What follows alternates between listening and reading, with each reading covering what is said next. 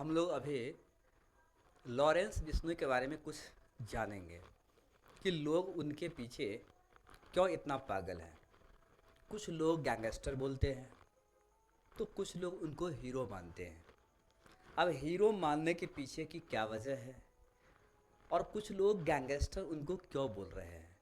कुछ लोग तो दाऊद इब्राहिम के साथ उनका कंपेयर करता है। क्या दाऊद इब्राहिम के साथ उसका कंपेयर बनता है? क्या लॉरेंस जो कर रहा है वो सही है? क्या लॉरेंस जो कर रहा है या वो गलत है? तो हम इस सब के बारे में जानेंगे। लेकिन उस सब को जानने के पहले हम उनके कुछ बैकग्राउंड को समझेंगे कि क्या वो शुरू से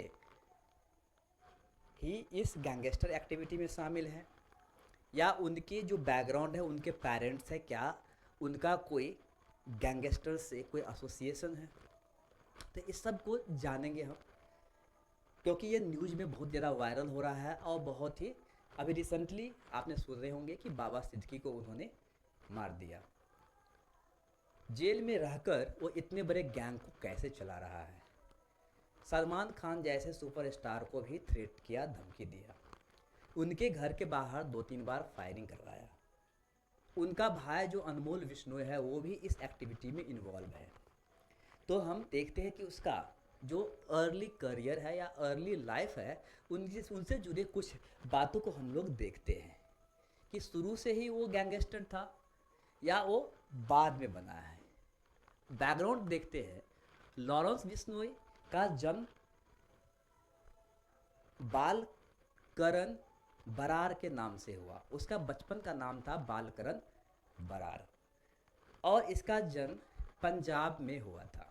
तो आप देख सकते हैं कि 12 फरवरी 1993 में दुतारवली गांव में फजिल्का डिस्ट्रिक्ट पंजाब में इसका जन्म हुआ। His father of former constable, उसका पिता एक कांस्टेबल था हरियाणा पुलिस में और वो बाद में जो है कांस्टेबल का नौकरी छोड़कर वो खेती करने लगा। उनके पास किसी भी चीज़ का कमी नहीं है। सुन रहे हैं उसके पास 20 से 25 एकड़ ज़मीन भी है। विश्नोई समाज के पास प्रॉपर्टी की पैसे की कमी नहीं है, तो फिर इस तरह के एक्टिविटी को वो क्यों चुना, क्या कारण हो सकता है, वो हम लोग डिस्कस करेंगे बाद में। Bishnoi completed his early education in Abohar. Abohar में वो अपना शुरू का शिक्षा प्राप्त किया। बाद में वो चंडीगढ़ 2010 में वो चंडीगढ़ गया, डीएवी कॉलेज में एडमिशन लेता है। एडमिशन लेने के बाद जब वो पंजाब यूनिवर्सिटी में पढ़ रहा था 2011 में, बिश्नोई जो है वो स्टूडेंट पॉलिटिक्स में इन्वॉल्व होते गया। वहाँ पे जब स्टूडेंट लीडर का इलेक्शन था तो उन्होंने भी खड़ा हुआ, लेकिन वो इलेक्शन में हार गया था। ऐसा बोलते हैं कि जो ओपोनेंट पार्टी था, जिनको मूसेवाला, सिद्धू मूसेवाला जिसका वो मर्डर कर दिया है, वो जो है ओपोनेंट पार्टी को हेल्प किया था, सपोर्ट किया था। पंजाब कैसा ज़मीन है, कैसा लैंड है, आप लोग खुद जानते हैं। वहाँ पे इस तरह के इलीगल एक्टिविटीज़ बहुत सारा होता है।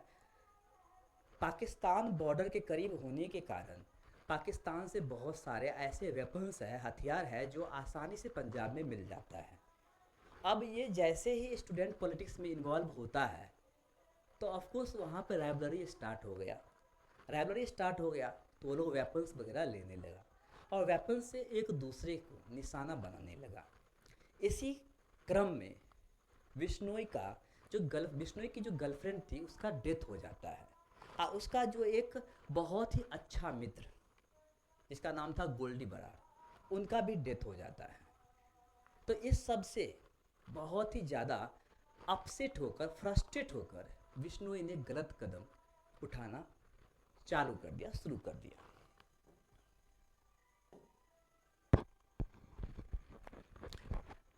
अब यहाँ पे बालकरन बरार से उसका नाम लॉरेंस बिश्नोई क्यों पड़ा, कैसे पड़ा? आप जानते हो कि एक लॉरेंस से वो बहुत ज़्यादा इंस्पायर्ड थे, जो ब्रिटिश एजुकेशनिस्ट थे जिसका नाम था हेनरी लॉरेंस, जो द लॉरेंस स्कूल सनवार का फाउंडर था, संस्थापक था। उनके इंस्पिरेशन से, उनसे प्रेरित होकर के वो अपना नाम बालकरन बरार से बदल कर लॉरेंस बिश्नोई रख लिया। अब देखते हैं इसके कुछ क्रिमिनल एक्टिविटी, क्रिमिनल लाइफ।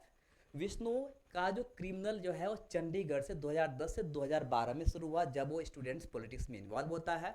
तो यहीं से, जैसा कि मैंने बताया, कि उनकी गर्लफ्रेंड की हत्या हो गई और उनके जो बेस्ट फ्रेंड था उनकी भी हत्या हो गई।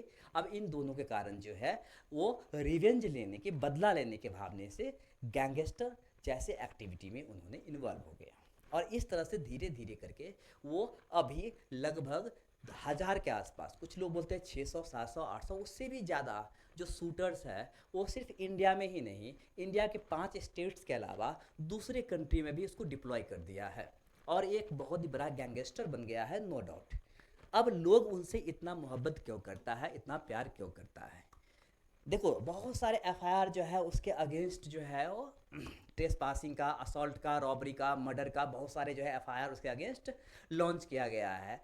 While in jail Bishnoi forced alliance with other prisoners. जब वो जेल में गया तो जेल में जाने के बाद बहुत सारे ऐसे कैदी हैं, उनके साथ उनका मुलाकात हुआ और मुलाकात के दौरान वो बहुत सारे कैदी के साथ भी एसोसिएट करके उनको भी इस एक्टिविटी में इन्वॉल्व कर लिया, अपने ग्रुप में, अपने गैंग में शामिल कर लिया।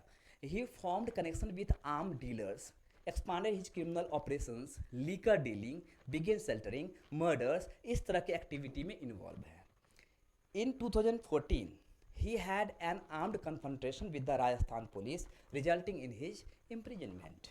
तो 2014 में जब आमने सामने पुलिस, राजस्थान पुलिस के आमने सामने जब फायरिंग हुई तो वहाँ पे उसको पकड़ के उसको जेल में डाल देता है। तो सबसे पहले इसको जो राजस्थान का पुलिस है वो पकड़ता है।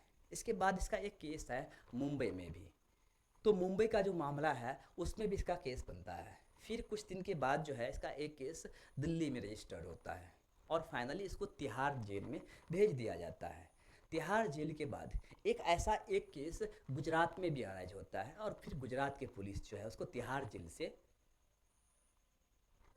साबरमती जेल में उसको ट्रांसफ़र करवा देता है। अब वो अभी 10 सालों से साबरमती जेल में बंद है। Bishnoi built a relationship with the Jasvinder Singh, also known as Rocky, gangster turned politician. Rocky was assassinated in 2016 by Jaipal Bhullar, who was later gunned down in 2020. तो जो देखते हो रॉकी बराड़ जो है, उसका गोल्डी बराड़ जो है उसका बहुत ही अच्छा मित्र था, बहुत ही अच्छा फ्रेंड था, उनको जो है रॉकी मार देता है और फाइनली जो है जयपाल भुल्लर जो है बाद में 2020 में जो है वो सरेंडर कर देता है। Bishnoi continue to operate his criminal syndicate from Bharatpur jail. Bharatpur jail कहाँ, राजस्थान में है, वहाँ से भी वो अपना गैंग चला रहा था। 2021 में बिश्नोई को जो है तिहाड़ जेल दिल्ली में बंद कर दिया गया। 2023 में जो है गुजरात एंटी टेररिज्म स्क्वाड जो है इसको कस्टडी लेता है और फाइनली उसको साबरमती सेंट्रल जेल में डाल दिया जाता है। अब बात आता है कि ये इतना हाईलाइट क्यों हुआ, इतना हाईलाइट होने की वजह क्या है? हाईलाइट इसलिए होता है कि कुछ ऐसे इंपॉर्टेंट पर्सनालिटीज़ का केस है जिसके कारण ये बहुत ही ज़्यादा वायरल हुआ है और लोग जो है अब उसको तरह तरह के नज़रिया से देख रहा है। कुछ लोग हीरो मानता है तो कुछ लोग उसको गैंगस्टर मानता है, कुछ लोग बोलता है गलत है, कुछ लोग बोलता है सही है। मैं ये नहीं बोलना चाहूँगा कि वो सही है कि गलत है, वो लोग आप खुद डिसाइड करेंगे। लेकिन हम देखते हैं कि लोग इतना इससे प्यार क्यों करता है। पहले ये हाईलाइट क्यों होता है, तो सलमान खान को थ्रेट दिया है, सिद्धू मूसेवाला जो एक सिंगर था पंजाब का, उसको उसने मार दिया, सुखदुल सिंह को भी उसने मार दिया, सुखदेव सिंह गोगमेडी जो एक्चुअली करनी सेना का अध्यक्ष था उसको भी उसने असैसिनेट किया, उसको भी मार दिया। बाबा सिद्दीकी को रिसेंटली जो है मुंबई में, ये बहुत बड़ा पॉलिटिशियन भी थे, बाबा सिद्दीकी को भी मार दिया। और कनाडा की जो गवर्नमेंट है वो भी एलिगेशन लगा रहा है कि हमारा अभी तक जितने भी सेपरेटिस्ट है, जितने भी खालिस्तानी है, वो जो मरा है उसमें लॉरेंस बिश्नोई का हाथ है, अभी वो एलिगेशन भी लगा रहा है। और इसका नेटवर्क और ऑपरेशन जो है वो 5 राज्य के अलावा दूसरे देश में भी है, इससे कोई इनकार नहीं कर सकता। Why did he became a gangster, ये गैंगस्टर क्यों बना? क्या उनके साथ अच्छे लोग नहीं थे, बुरे संगति में फंस गए? हो सकता है। अब उदाहरण के लिए जब वो स्टूडेंट्स पॉलिटिक्स में गया था उसका उम्र सिर्फ 20 से 22 साल की उम्र था। उस टाइम में कोई भी गलत कदम कर लेता है, लेकिन जब वो जेल में था, भरतपुर जेल में था, वहाँ पे कुछ ऐसे कैदी उनसे मिले, उनके कंपनी के कारण जो है उसका डायरेक्शन जो है वो बदल गया और वो अभी गैंगस्टर की तरफ चल पड़ा। दूसरा वजह मेंटालिटी। नॉर्मली आप जानते हो कि 16 साल से 25 साल की जो उम्र होता है, इस एज को स्टॉर्म एज बोलते हैं। और स्टॉर्म एज में जो मेंटालिटी है वो गलत एक्टिविटी की तरफ बहुत ही ज़्यादा आकर्षित होता है, बहुत ही तेज़ी से उधर के तरफ जाता है। हो सकता है उसका मेंटालिटी बदल गया कि उसका वही गोल है, वही करना है। ये भी हो सकता है, पॉसिबिलिटी है। अब क्या है ये हम और आप नहीं जानते हैं, हम जस्ट एक आइडिया लगा सकते हैं। कोअर्सन, मजबूरी, ये भी हो सकता है कि जब स्टूडेंट पॉलिटिक्स में वो आया था और पंजाब में जिस तरह की एक्टिविटी चल रही थी, अब उसको मजबूरी हो गया कि अगर वो इस तरह का एक्ट नहीं करेगा तो वो मारा जाएगा। हो सकता है डिफेंस में भी ये काम किया हो, पॉसिबिलिटीज है। रिवेंज, जैसे उसकी गर्लफ्रेंड या उसके फ्रेंड्स को मार दिया गया तो रिवेंज लेने की भी भावना हो सकती है। पैशन, कुछ लोगों को जो है कुछ काम करने में बहुत ही मज़ा आता है, हो सकता है कि इसका ये पैशन हो कि हमें गैंगस्टर बनना है, पॉसिबिलिटीज है, हो सकता है। और मिस गाइडेंस, सही गाइडेंस न मिलने के कारण भी हो सकता है। और अम्बिशन, ये सब आप देख रहे हैं, ये सब सारी वजह हो सकती है इसके गैंगस्टर बनने के पीछे। रिवेंज, जैसे बताया कि सलमान खान ने ब्लैक स्टैग, काले हिरन का हत्या किया था, उसको मार दिया था। तो अब काले हिरन को बिश्नोई समाज बहुत ही ज़्यादा इज्जत करते हैं। सिर्फ काले हिरन को ही नहीं, जितने भी एनवायरनमेंट में जो नेचर है, नेचर से वो बहुत ही प्रेम करते हैं। और काले हिरन को मारने के कारण जो है अभी सलमान खान को थ्रेट मिल रहा है, उनको धमकी दिया जा रहा है कि विष्णु समाज के सामने आकर के वो माफ़ी मांग ले, वरना उसको मार डालेंगे। अब देखो कि लोग इनसे प्यार क्यों करता है। Lover of environment and animal, जैसा कि मैंने बताया कि विष्णु एक ऐसा समाज है जो एनवायरनमेंट के लिए अपना जान तक कुर्बान कर सकता है, ऐसा उन लोग में एक पॉलिसी है। ऐसे मुझसे बोलता है कि आज से 200 से 250 साल पहले उनके जो पूर्वज थे उन्होंने समाधि लिए थे और उन्होंने एक ग्रंथ भी लिखा था। उस ग्रंथ में ये बताया था कि अगर नेचर को बचाने के लिए खुद की जान देना पड़े तो भी कम है, लेकिन नेचर को बचाना चाहिए, नेचर से बढ़कर कुछ नहीं, एनवायरनमेंट से, पर्यावरण से बढ़कर कुछ नहीं।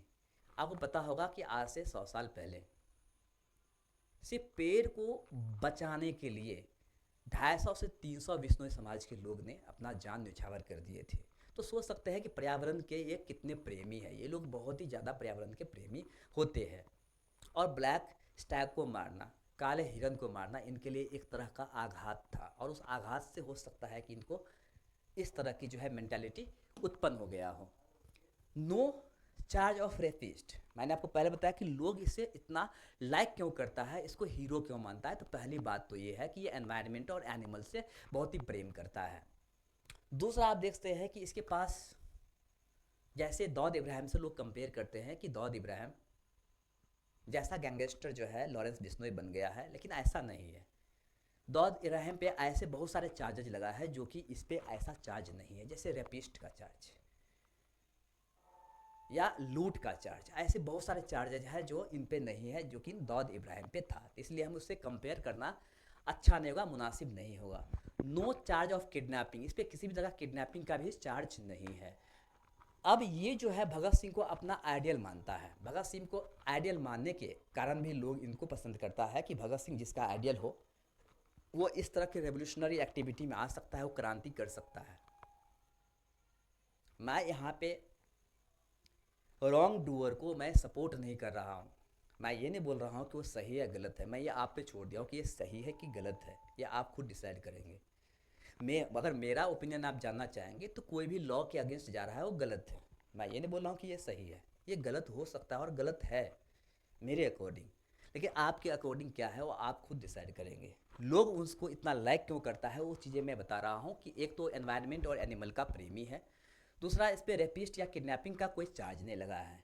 भगत सिंह को वो अपना आइडियल मानता है। खालिस खालिस्तान का जो कुछ समर्थक है, जो खालिस्तान एक अलग देश चाहता है जो इंडिया के अगेंस्ट है, सेपरेटिस्ट है, उनके अगेंस्ट है, उसको वो मार रहा है। जहाँ जहाँ इंडियन गवर्नमेंट को वो काम करना चाहिए वो काम जो है कहीं ना कहीं लॉरेंस कर रहा है। जैसे अभी कनाडा ने एलिगेशन लगाया कि लॉरेंस का जो गैंग है उनके कुछ कैनेडियंस सिटीजन्स को मार दिया है, हो सकता है पॉसिबिलिटीज। तो इसके कारण भी जो है लोग इनको पसंद करते हैं। And comparison with the Dawood Ibrahim से भी इसको कंपेयर किया जाता है।